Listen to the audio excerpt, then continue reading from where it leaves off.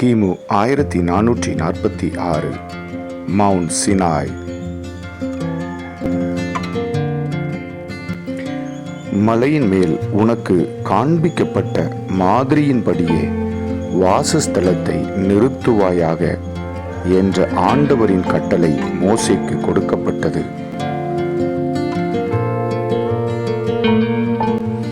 பரலோக ஆலயத்தின் மாதிரியின்படியே ஆண்டவரின் கட்டளையின்படியே வனாந்தரத்திலே ஆசரிப்பு கூடாரம் தேவன் தங்கும் ஸ்தலமாக அது ஸ்தாபிக்கப்பட்டது. கானானுக்குள் ஜனங்கள் போய் சேரும் மட்டும் வனாந்தரத்தில் பாளையம் இறங்கும் இடம் எல்லாம் கர்த்தருடைய வாசஸ்தலத்தை எடுத்துக்கொண்டே சென்றார்கள். கானான் தேசத்திலே சீலோ என்ற இடத்திலே கிட்டத்தட்ட 300 வருடங்களாக ஆசரிப்பு கூடாரம் ஸ்தாபிக்கப்பட்டு இருந்தது. கிமு 1050 எபினேசர் என்ற இடத்தில் நடந்த யுத்தத்தில் தேவனது பெட்டி பெலிஸ்தியர்களிடத்தில் பிடிபட்டு போயிற்று.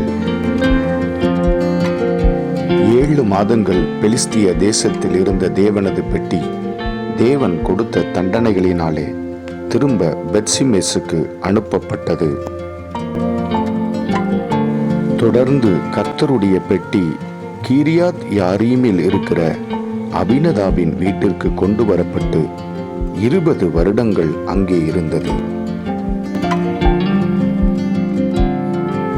கிமு 1003 தன் உயிரினும் அதிகமாய் நேசித்த தன் ஆண்டவரின் பெட்டியை தான் வாழுகிற எருசலேம் நகரத்திற்கு கொண்டு வருவதற்கு தாவீது தீர்மானித்தார்.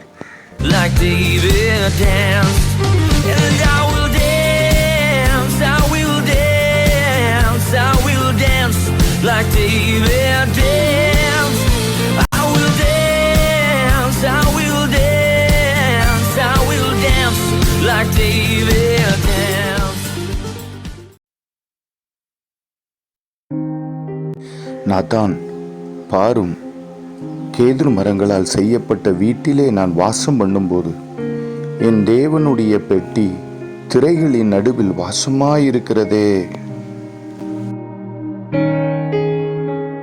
கர்த்தர் சொன்னார், தாவீதே, உன் கர்ப்ப பிறப்பாகிய உன் சந்ததியை எழும்ப பண்ணி அவன் ராஜ்யத்தை நிலைப்படுத்துவேன்.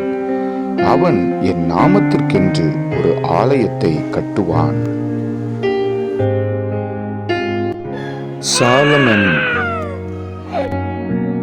ஜனங்களை தொகையிட்ட விஷயத்தில் கர்த்தரின் கோபம் இஸ்ரவேலுக்கு விரோதமாக எழும்பினது. தேவன் தாவீதின் மேல் கொண்ட கோபத்தை தயவாய் மன்னித்தபடியினாலே தேவனுக்கு ஒரு பலிபீடம் கட்ட தாவீது தீர்மானித்தார்.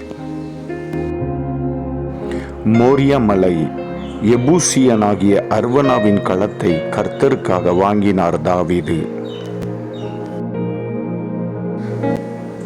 தேவனாகிய கர்த்தருடைய ஆலயம் இருக்கும் ஸ்தலம் இதுவே.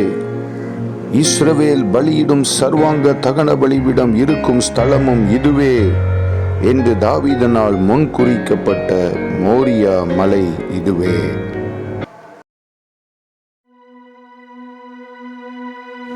கிமு 966 சாலமோன் ராஜ்யபாரத்தின் 4வது வருடம் ஆலயத்தின் கட்டுமான பணியை தொடங்கினார். 7 வருடங்கள் இந்த ஆலயம் கட்டி முடிக்கப்பட்டது. 1,80,000க்கும் அதிகமான ஜனங்கள் இந்த ஆலயத்தின் கட்டுமான பணியில் ஈடுபட்டார்கள். 3,750 டன் நிறையுள்ள தங்கத்தினாலும் 37,500 டன் நிறையுள்ள வெள்ளியினாலும் இந்த ஆலயம் கட்டப்பட்டது. இந்திய ரூபாயின் மதிப்பில் 12.5 லட்சம் கோடியிலிருந்து 15 லட்சம் கோடியாக இருந்திருக்கும் என்று கணக்கிடப்படுகிறது. அவ்வளவு மகிமையான ஒரு ஆலயத்தை சாலமோன் ஆண்டவருக்காக கட்டினார் மோரியா மலையிலே.